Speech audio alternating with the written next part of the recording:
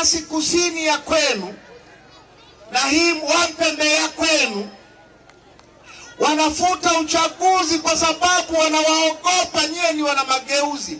Hongereni sana. Sasa nataka tuzungumze kidogo, tutafakari tunaendaje mbele katika mazingira haya ambayo wanaiba uchaguzi kwa mtutu wa bunduki. Tunaendaje mbele?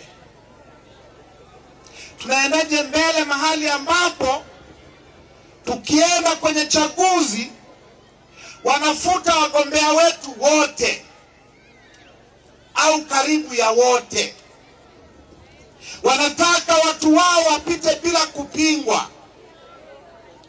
Tunaendaje mbele? Tunaendaje mbele mahali ambapo mkurugenzi ni mtu wa CCM, ndiye anayetangaza mshindi wa ubunge, na wameambiwa wasitangaze wapinzani washindi? Tunaendaje mbele katika mazingira hayo?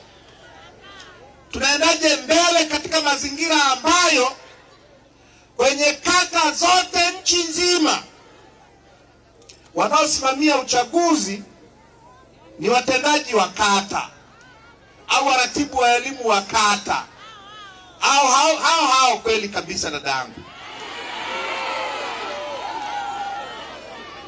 Tunaendaje mbele mahali ambapo kwenye kila kituo cha kupigia kura na kuhesabia kura wanaohesabu kura na kutangaza washindi ni hao? Awe mwalimu ni hao, awe nesi, awe mganga, awe bwana mifugo, bwana uvuvi, ni wale. Tunaendaje mbele? Tunaendaje mbele kwenye uchaguzi wa vijiji ambapo msimamizi ni mtendaji wa kijiji ni hao? Sasa yote haya yanatuambia nini? Yote haya yanatuambia kitu kimoja.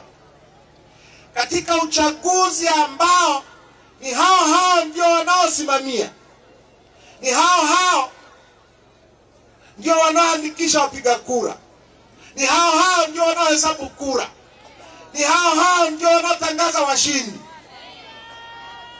kuna kutoboa? Kuna kutoboa? Nimeambiwa hivi, na hizi habari wala sio za Wampembe peke yake,